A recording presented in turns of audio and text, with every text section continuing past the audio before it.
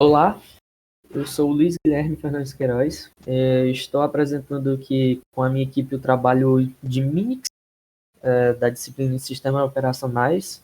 A minha equipe é formada por Kelson Bandeira Souza e o Rony Pereira Alves Filho. E vamos lá dar o início. Bom, primeiramente, partindo para a história do Minix, o Minix ele é um sistema operacional Unix-like, ou seja, ele é semelhante ao Unix. Ele foi escrito em C e Assembly. Ele também é gratuito e possui um código-fonte disponível para uso. E, por fim, ele foi desenvolvido por Andrew Tannenbaum. Inicialmente foi com propósitos acadêmicos, para exemplificar o seu livro que está ali no canto inferior, que seria os Sistemas Operacionais, Projeto e Implementação. Logo após, nós vamos para as características do Minix. Tá. Nas características do Minix, uma delas é ser multitarefa, ou seja, múltiplos programas podem correr ao mesmo tempo. Também temos mais de 300 bibliotecas, algumas delas stdio, read, clock, entre outras. Ela suporta memória estendida, roda em grande parte dos PCs, sejam eles antigos ou novos, e também algumas outras características que não estão presentes aqui no slide, mas eu irei citar que ela foi escrita em C, como eu disse anteriormente, que deu em torno de 11.800 linhas, e Assembly em torno de 800 linhas. Ela tem rede TCP/IP, mais de 200 utilitários, o sistema funciona apenas em modo de texto e o compilador é o ANSI-C.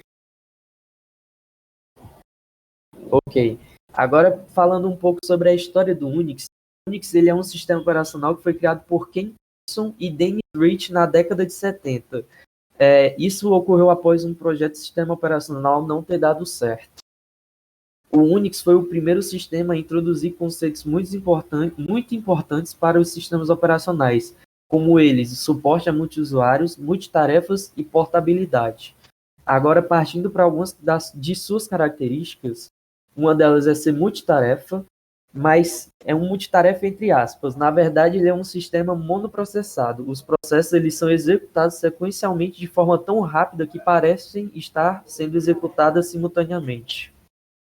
Logo após, também temos que ele é preemptivo. O Unix ele é um sistema operacional de multitarefa preemptiva. Então, isso significa que quando esgota um determinado intervalo de tempo, o Unix ele suspende a execução do processo. E por fim, dessas primeiras características, nós temos o multiusuário. O Unix ele possibilita que vários usuários usem o mesmo computador simultaneamente.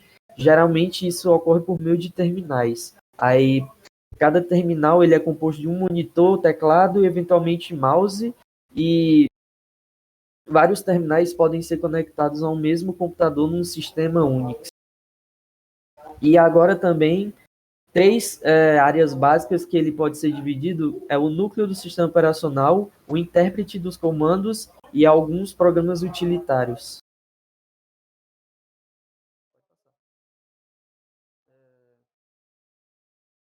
Partindo agora para a história do Linux, em 1991, o finlandês Linus Torvalds deu início ao desenvolvimento do Linux. Porém, ele não foi feito totalmente do zero. Ele foi feito a partir de uma variação do Minix. Ele, igual o Unix, ele também é multitarefa, preemptivo e multiusuário. E mais três características que eu gostaria de destacar aqui é que ele tem multiprocessamento, com o computador com mais de um processador, né, no caso. Ele tem um sistema monolítico, que é uma característica que está presente também no Windows, que no sistema monolítico a codificação é realizada a partir de uma coleção de procedimentos, no qual é possível qualquer um deles, em qualquer parte do sistema, interagir com outro procedimento. E, por fim, outro que eu gostaria de destacar aqui seria o compartilhamento de bibliotecas. que também está presente no Windows, como as outras duas, que eu não citei no multiprocessamento. O compartilhamento de bibliotecas, ele é o compartilhamento de recursos com os softwares instalados no computador. Por exemplo, fontes instaladas no computador podem ser utilizadas em vários programas, como Word, Excel, PowerPoint, Photoshop, entre outros. E o Linux, ele está presente em diversos locais. Tipo, muitas pessoas imaginam que o Linux, ele é um sistema operacional que foi basicamente feito para atender profissionais da área de TI. Porém, não, o Linux, ele também está presente no Android, no roteador de casa, no codificador de uma TV a cabo e entre outras coisas. Esse seria só alguns dos exemplos.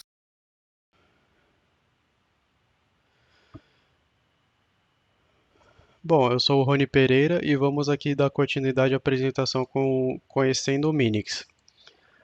Bom, aqui temos duas partes, o Shell e o GUI. Primeiramente com o Shell, ele é funcionalmente igual ao Bourne Shell.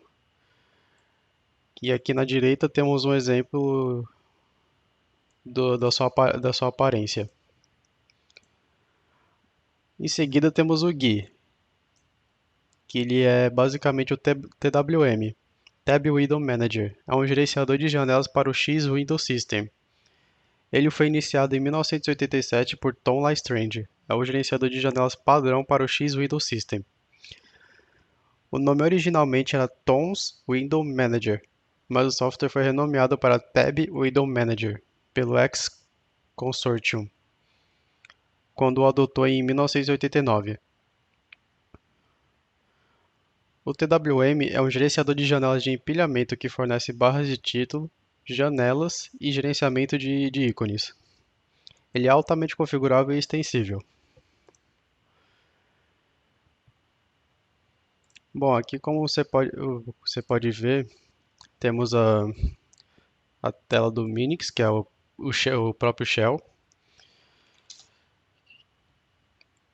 Pera.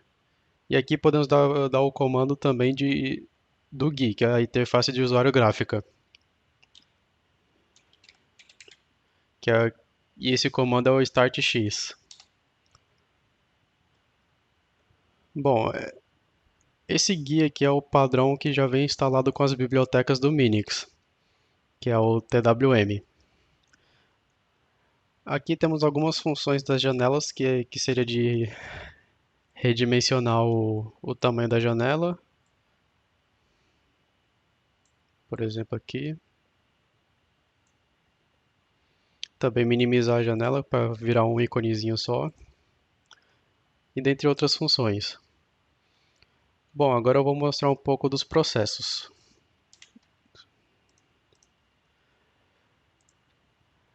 Bom, agora eu vou falar um pouco dos processos. O Minix é uma coleção de processos que se comunicam entre si e com processos de usuários através de mensagens. E ele é estruturado em camadas, que executam funções específicas. E também a comunicação é feita na mesma camada e ou da camada superior com a inferior. Aí temos ali uma imagem para ilustrar um pouco como são essas camadas dos processos do Minix. E agora eu vou mostrar um pouco alguns comandos no terminal que mostra os processos do Minix.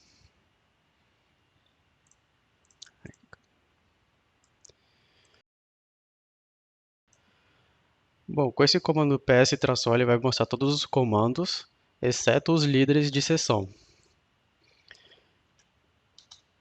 E o ps-e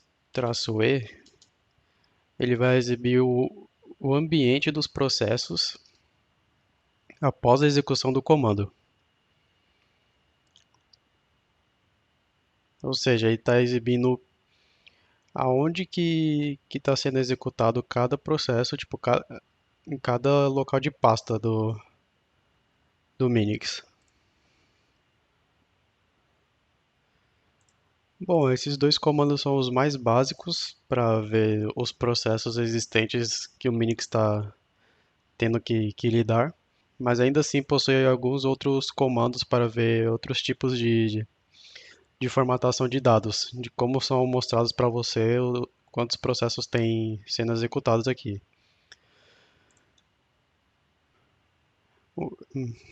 E só para finalizar processos no Minix, também temos gerenciamento de processos, que são chamadas de sistemas fork e exec.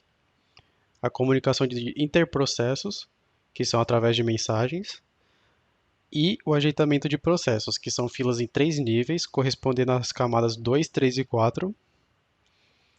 Tarefas e servidores executam até bloquearem. Processos de usuários são escalonados por um round robin. E as tarefas têm a prioridade mais alta, seguindo do gerenciador de memória e servidor de arquivos e, por fim, processo do usuário. Bom, agora temos o gerenciamento de memória do Minix, que tem dois conceitos, que é a hierarquia de memória e o gerenciador de memória, que é a parte do SO que ele gerencia a hierarquia. E o objetivo dele é controlar que partes da memória estão em uso e que partes não estão, alocar memória para processos quando estes precisam desalocar quando terminam, e gerenciar a troca entre a memória principal e o disco. Bom, prosseguindo aqui com o gerenciamento de memória,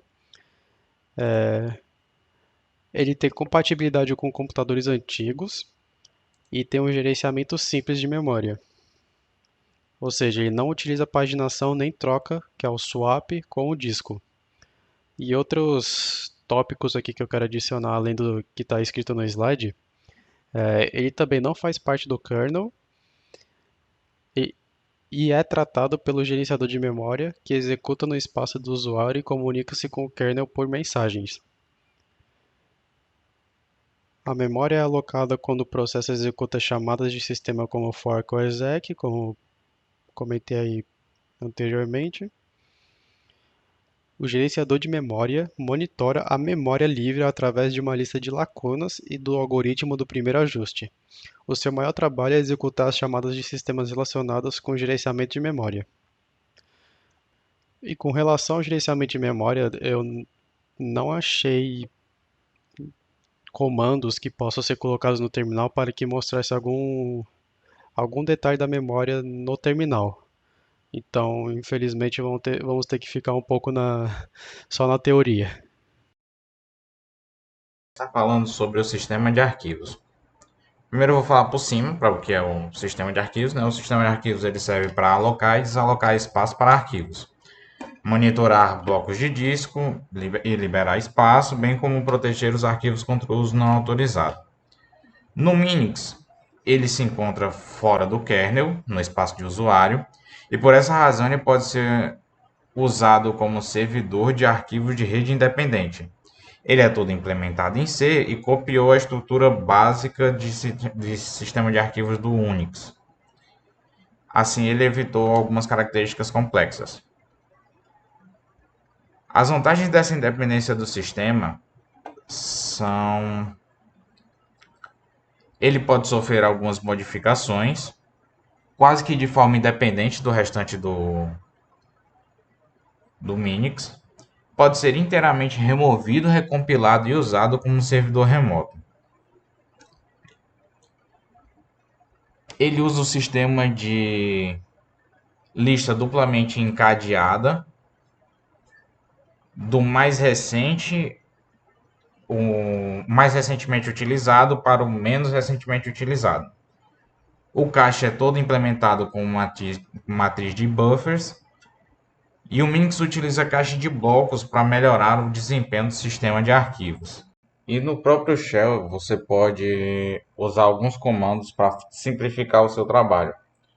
Assim, alguns deles são, por exemplo, ls, que ele lista os diretórios existentes na pasta atual. O cd directory, que muda para a pasta mencionada. cd, que volta para a pasta home. pwd, que mostra a pasta atual.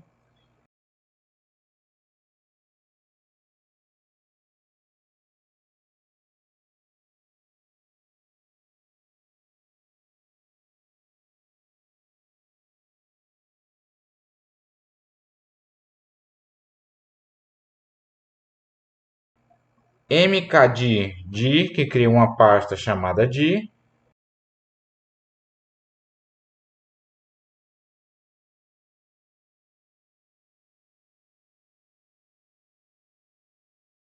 e rmdir,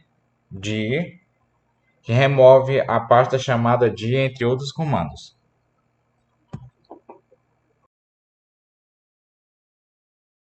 Vou falar dos dispositivos de entrada e saída. Os dispositivos de entrada e saída possuem diversas funções. Assim, algumas delas são controlar esses dispositivos, que servem para enviar comandos para o computador, capturar interrupções, tratar erros e oferecer uma interface entre o usuário e a máquina.